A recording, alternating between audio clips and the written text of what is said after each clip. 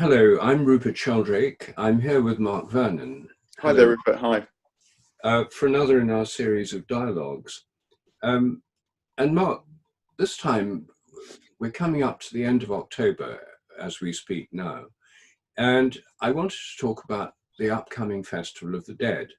We're on the threshold of the great Festival of the Dead, All Saints' Day, November the 1st on Sunday, and All Souls' Day, November the 2nd on Monday. And of course, the eve of this festival, Halloween, All Hallows' Eve, is much better known than the festival itself. It's become a kind of popular children's festival, and I don't know what will happen this year with whether we'll see the streets full of little witches and skeletons and so on or not. But anyway, the point is that for most people, the Halloween, the eve of the festival, has eclipsed the festival itself, which has been sort of hollowed out. But I think it's a very, very important festival. And actually, I think this year it's going to be observed more than for many years past, at least here in Britain. Many churches and cathedrals, Anglican churches and cathedrals, as well, of course, as Catholic ones, are preparing to have outdoor services or special commemorations, particularly of those who died of the virus. So it's taken on a particular significance this year because there have been so many excess deaths, as the statisticians put it. Anyway, I think that all cultures have their way of commemorating the dead, and in all traditional cultures, say African culture, Chinese culture, Japanese culture, the ancestors are considered part of the family and part of the life of the living. That it's very important to relate to them, to honor them, to respect them, and to remember them. And this is the day in the year when we do that. And All Saints' Day is the Blessed Dead, the people who are certified as saints, and also all those who've done so much to help the rest of humanity. And All Souls' Day is really for everybody who's dead, and particularly remembering those who've died recently in the last year, and family members. And I was sort of thinking about this in a new way as a result of seeing the improbable Disney film, Coco, which is about the Day of the Dead in Mexico, where it's a huge popular festival, All Souls' Day. And of course, it's a much more important festival in Catholic countries than it is in Protestant ones. And on the continent, in Catholic countries, people visit the graves of their ancestors, light candles, clean the graves. So the churchyards are ablaze with candles at this time of year. But this Disney film portrayed the Day of the Dead as a time when the living could relate especially to the dead by usually with their photographs and saying prayers. And then there were it's a cartoon film, and then the dead crossing over a bridge to revisit the land of the living on this one day in the year when the doorway opens for them to reconnect. And then there's this whole drama, as you know, sort of set in the land of the dead on that day, where someone goes to visit the dead from the land of the living. And the dynamics they portray there is that the dead are in a kind of intermediate zone where they still very much relate to their friends and family. And if their friends and family remember them and have their photograph up and say prayers for them, especially on All Souls' Day, then this continued life in this liminal realm continues. But when people stop praying for them, then they kind of vanish from that realm and presumably move on further. And I thought it was a very, very interesting portrayal of a kind of popular understanding of purgatory, which presumably in Mexico is very much what motivates these enormous celebrations, which are a huge part of Mexican culture.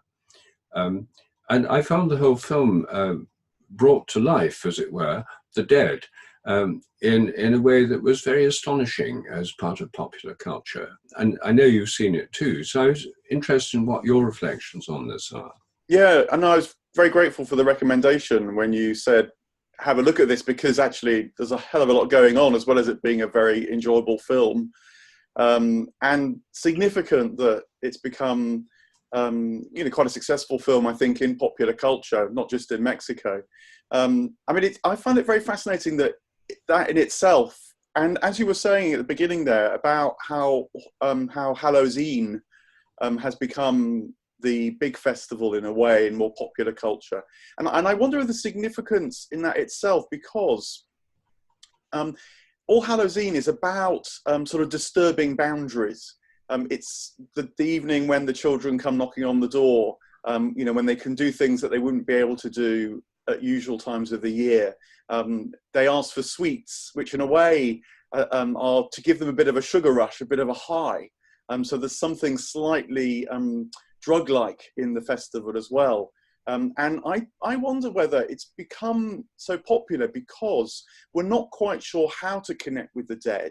And so we're at that prior stage looking for rituals or means of reconnecting with the dead. You might say Halloween is the festival of the psychopomp, the pattern, the ritual, the spirit, the evening, the night, the soul of the night that can carry us back to better contact with the dead.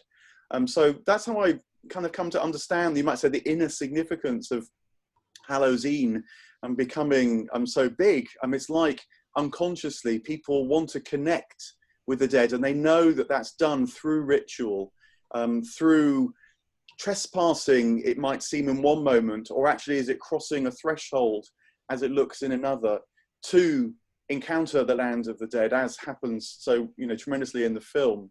And I really like the film when this is a bit of a spoiler alert, but the lead character does something that crosses a threshold that the living tell him he shouldn't do.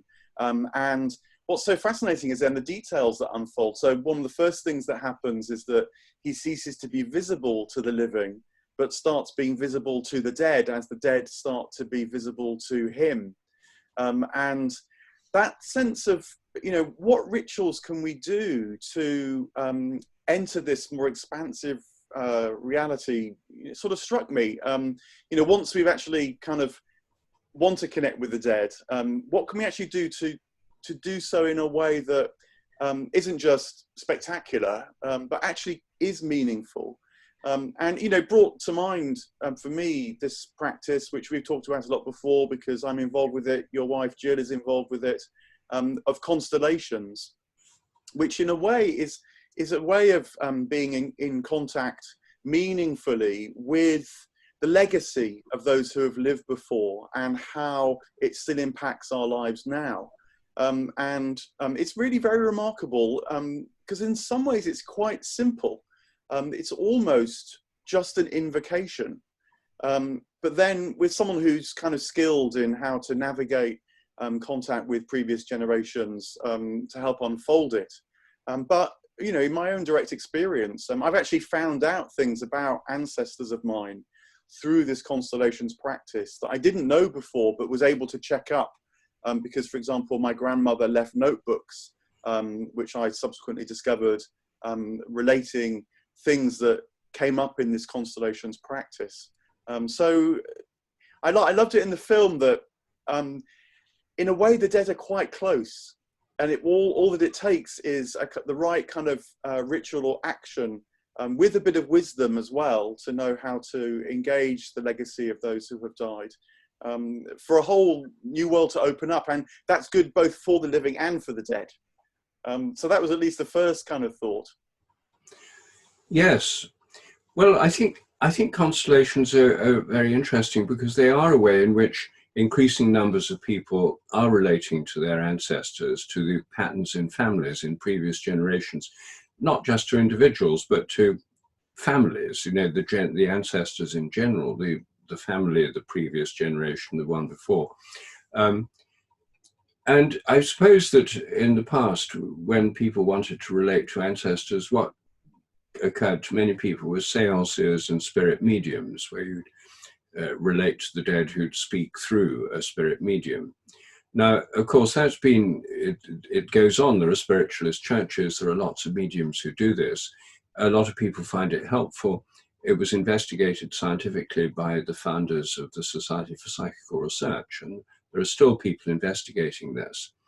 And I think there's no doubt that some mediums have information they couldn't have had by normal means. But it puts all the emphasis on the medium as the channel of communication. And I think that the family constellations movement is in a way much more inclusive. It makes people much more engaged as active participants in this, rather than going to this special person who has powers as a channel, or sometimes pretends to have powers as a channel.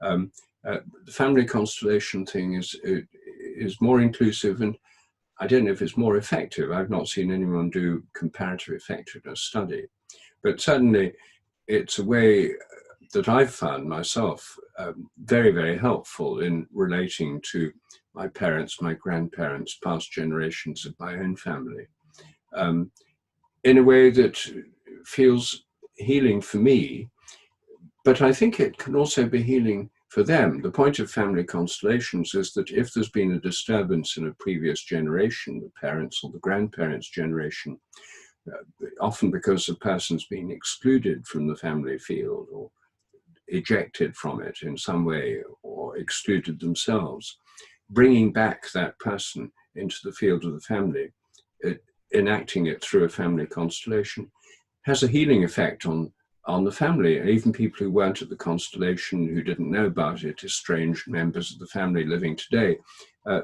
often experience a change. So that implies that it's not just us changing the way we think about the ancestors. It may actually be reaching back and influencing what's happening to the ancestors themselves, even though they're now dead. And of course, that was the basis of the belief in purgatory in the Middle Ages. The idea was that you praying for the dead can actually help the dead in their journey onwards through this post-death realm. Yeah, I mean, just on that latter point about purgatory, I mean, you know, I'm involved with this Dante project, and both a series of YouTube's podcasts and writing a book that will be out next year. And one of the things that happens to Dante as he travels up Mount Purgatory is that the souls he meets regularly ask him to remember them to their loved ones when he returns to Earth, so as to ask for their prayers. But what's also interesting is that the way that the souls ask for the prayers of their relatives changes a lot as Dante rises up Mount Purgatory.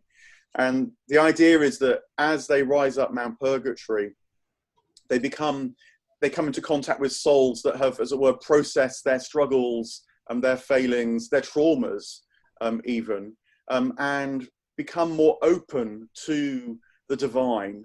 And so the prayers that they ask for as they go up Mount Purgatory more and more, you notice this as much as about the souls being able to accept the prayers, to be able to accept the grace. They're more settled in themselves. And then that is what has good effect. Whereas in the very early stages of purgatory, when they encounter souls that are sort of wandering around, aren't quite sure what's happening, are lost and confused, very interestingly, haven't even realized they're dead hardly. And some of the souls say that it takes a long time, months, maybe years, for them to even get to Mount Purgatory, because they were hanging around in the land of the living, maybe not wanting to leave their lives behind because they were quite good, they were quite pleasurable, or bemused at what had happened because they had a sudden death. Those souls in the more confused state don't quite know how to even ask for the prayers of their relatives. They make mistakes. You know, they ask for the prayers of illustrious relatives that actually don't really have very good effect because they're sort of not quite sure how to make the right prayer. And what I like about that is that it fosters this sense, which I think you were alluding to, about how this is something which we can all be part of, actually. That it's not just like uttering a prayer as if it was a magic spell that then releases someone out of purgatory.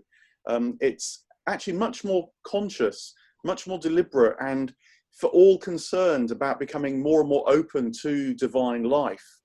which is the direction of travel, well, through this life and also in the afterlife. And I think that the practices on All Souls Day and All Saints Day that you can go to in churches, certainly in the bigger festivals like the Day of the Dead in other parts of the world, in their more sophisticated, nuanced forms, that's what they're fostering as well. For us in life to deepen our relationship with the dead, with our own death, with our own bigger story, in order that we can become more and more aligned with the divine flow that's sustaining this life, and I think will carry on sustaining us through life into the afterlife. So I found Dante very, very helpful in trying to deepen the sense of what's really going on here when we pray for the dead, and what they might be receiving as well, a sense of being linked and joined. That's fascinating, because yes, after all, this is a major medieval taxonomy of these different realms of the afterlife, and I suppose that Dante must have based this on a lot of contemporary thought and understanding. He didn't just make this stuff up, presumably.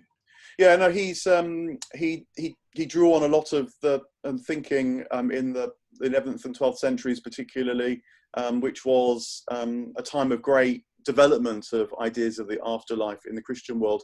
And in fact, they drew a lot on the Islamic world, where ideas of the afterlife were already quite advanced, partly because of the story of the prophet's night journey, where the prophet travels into the heavens and experiences the heavens as multi-layered.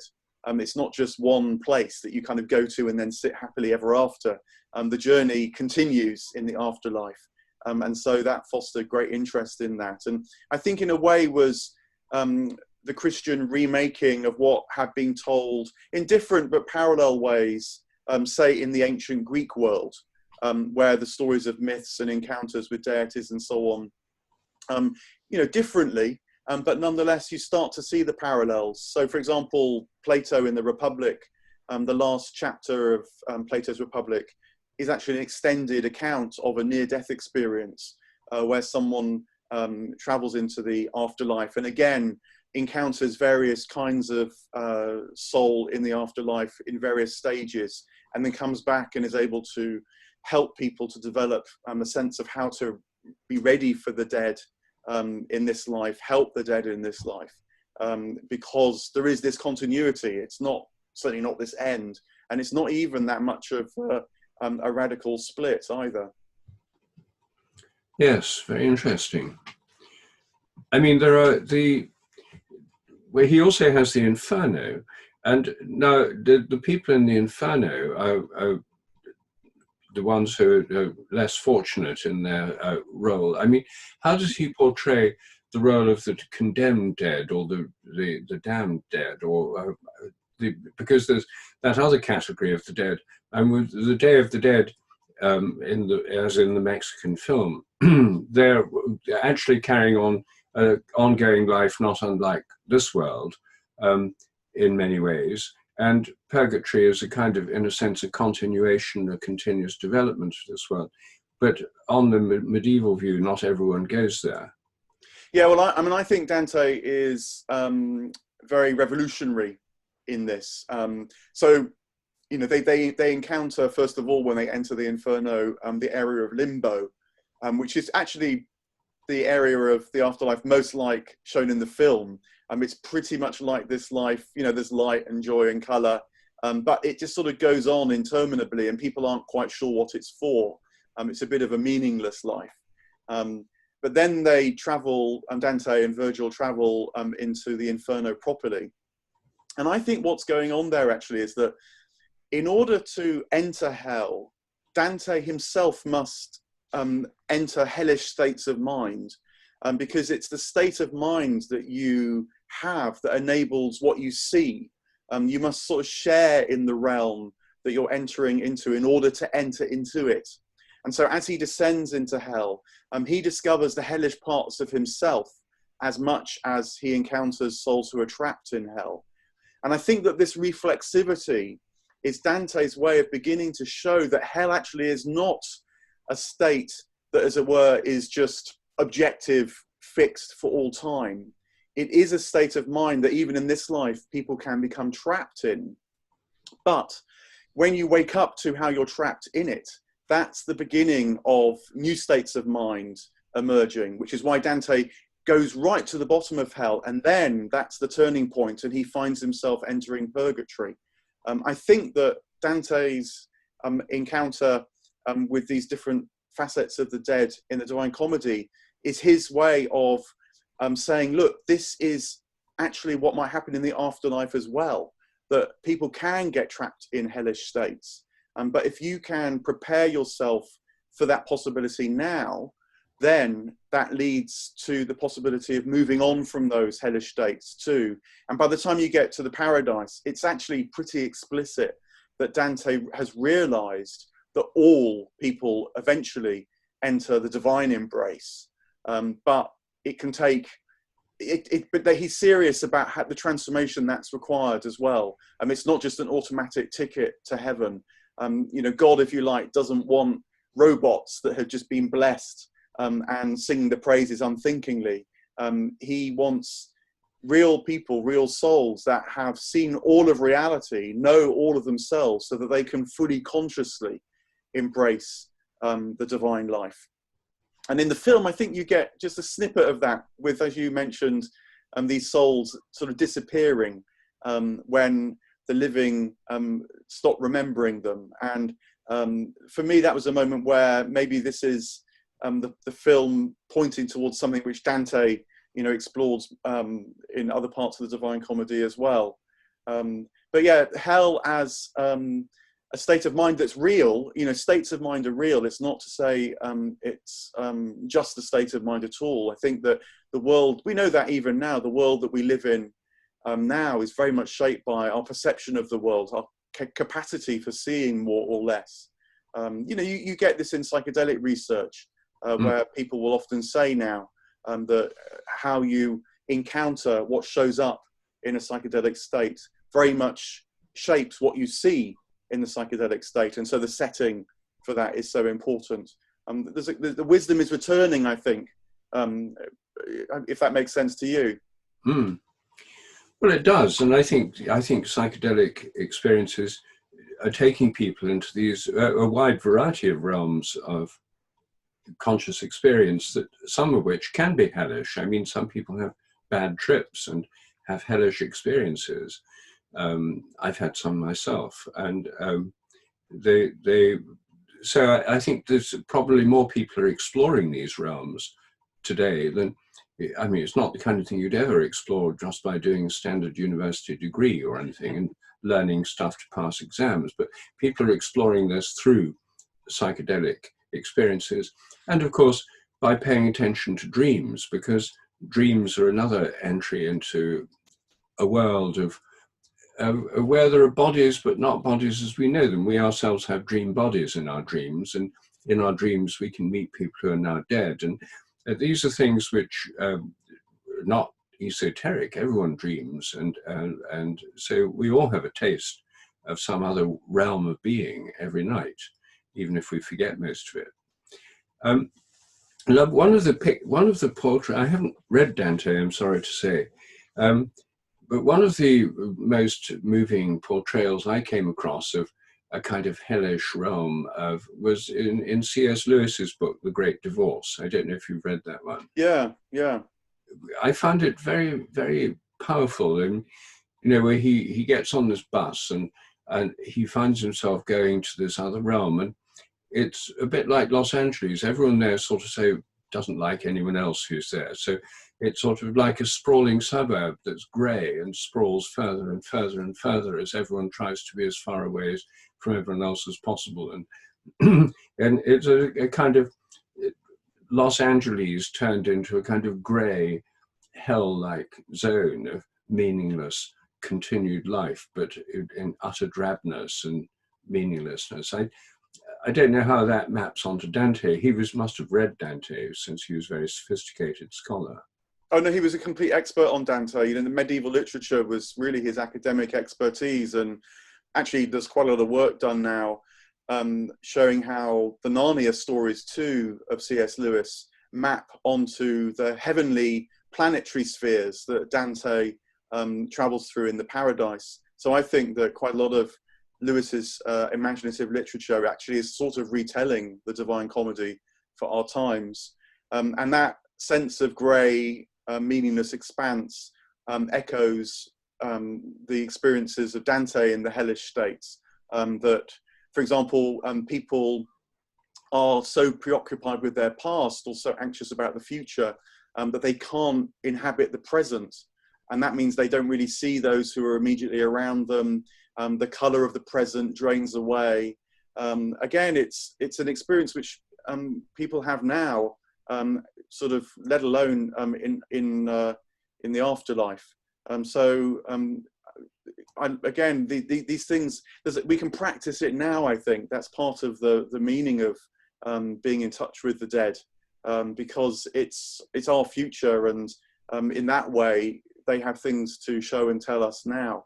I've become more and more convinced actually that on the biggest scale, this life is the chance where we can ready ourselves for more life in this life, which involves these kind of self-reflections, these understanding yourself, what limits, what constrains, what holds you back, trauma of course too, but also that is readying for the next life as well, and that somehow what we are capable of when we die will shape what we experience when we die. I think ultimately is a comedy, but it can be a very long, slow process before we return to the divine. So I think, yes, Lewis and Dante are onto the same kinds of things. I mean, Lewis's genius is that he does it much more subtly in a way. A lot of people, I think, reading C.S. Lewis wouldn't realize that he's training us for the afterlife, and deepening our sense of connection to different realms, different states of mind and different beings as well. But I think he is. Yes, it's so interesting, isn't it, that as well as all this going on, there's a lot of research around the process of dying, and it was just ignored for a long time. It was like a medical failure, and people were in intensive care, and then they died, and that was a kind of failure of the medical system. But with the hospice movement and research on experiences around death, for example, Peter Fenwick here in Britain has done a lot of this research, interviewing people who work in hospices, and many have experiences when they're around dying people of, they see something of the process of dying. They sometimes share in those altered states of consciousness that the dying people are going through. And attention to the process of death and what follows it, particularly after death contacts. A lot of people are bereaved in the few days after or weeks after the bereavement, experience the presence of the dead person as a voice, as a presence, as a touch or a smell even. Again, until relatively recently, these after-death contacts were simply not known about, and many people engaged in bereavement counselling didn't know about them either, and people who had them didn't want to say anything about it to anyone because they were afraid they'd be thought to be mad, or that they were seeing ghosts or something like that. So there's been a tremendous taboo about all these areas, which luckily is breaking down at the moment, and this takes on a practical significance in hospices. And of course, there's always been this sense of preparing for that moment of death. In the Hail Mary prayer, which I myself say every day, the bottom line is, Holy Mary, Mother of God, pray for us now and at the hour of our deaths. So this idea that Mary can act as the mother, the womb is the tomb. The idea of the great mother is both gives birth and also takes people on through death. Death's like a kind of birth into the other realm. And Stan Grof, as you may know, in his work on LSD experiences in the 60s and 70s, found that many people who had LSD trips underwent a kind of near-death experience of feeling constricted and trapped. and then going through a kind of tunnel and emerging into the light, which was blissful and joyful. And he sees that that near-death experience, which is what happens in near-death experiences to many people, as a kind of reenactment of the process of birth itself. When we're constricted in our mother's wombs, it begins to contract. It's no longer a comfortable place to be. In fact, it's a hellish place to be. We're constantly being squeezed, compressed, contracted. Then there's a way out through this tunnel, the vaginal canal. And then we come out into the light and a whole new life begins. So he sees that as a kind of archetype, and praying to the Holy Mother to pray for us now and at the hour of our death, is asking for the protection of this maternal principle which can give birth into this life and into the next. Yeah, it's incredibly rich. I mean, it complementing that, too, is the opening line, Hail Mary, full of grace. And I think that Mary is the type for us in another way, as divine mothers can be in other traditions. And because the point about the Divine Mother is they take the divine into themselves. They don't just know the divine at a distance, and they don't even just know the divine through imagery and symbolism. The divine is literally born in themselves. And so she becomes a type for us all because of the incarnation. That you know, as Meister Eckhart puts it, the important incarnation is not the one that actually happened sometime around 0 BC/AD. The important incarnation is the one that's happening now inside all of us. And so Mary and the Divine Mother is a type for us as well. Can we in-womb, as it were, the divine in our lives, in order that then through this birthing process, particularly around the time of death, we can join the divine in the afterlife as well. So these prayers, which are said sometimes a bit mechanically, just a bit of reflection on the living and the dead, actually profoundly enriches them. They're tremendous things to say. Yes, I agree. Well, I think our time's up, Mark. Sometimes people say I'm always hurrying us up, but we do try to stick to a fairly limited time. But I, for one, will be paying attention to All Souls Day this year and lighting candles and going to a service and praying for those I know who've died this year and for my ancestors. And this is something open to anyone. And actually, it's easier now than ever before because so many churches and cathedrals are paying more attention to it this year than they have before. So it's actually a very topical issue and something we can actually do something about. And I also think that when death comes near, which either does through crises like COVID or at the time of year like now, this is a moment for new life, as it were, to something to be conceived inside us. You know, life and death, ascent and descent are deeply interwoven. And, you know, maybe even our dialogues can help that with people if, you know, they something is seeded in their minds, something new perhaps to try out. You know, this is just the beginning of new life. So it's a great time for both ends of the life cycle, life and death, the two come together. And I hope people, you know, can perhaps even feel that a bit as they think and contemplate these things. And I think it's appropriate that it's young children who are actually leading the way into a revival of this consciousness, because it's through children that Halloween, at least in Britain, has been revived as a festival and opening the way for this deeper understanding. And that the fact that children are part of it is very much emphasized. It's not just about death, it's about new life. Yeah, they're closer to life in some ways, and so closer to the boundaries of life, and yeah, out of the mouths of babes and sucklings and all that as well. So thanks very much. Well, thank you, Mark.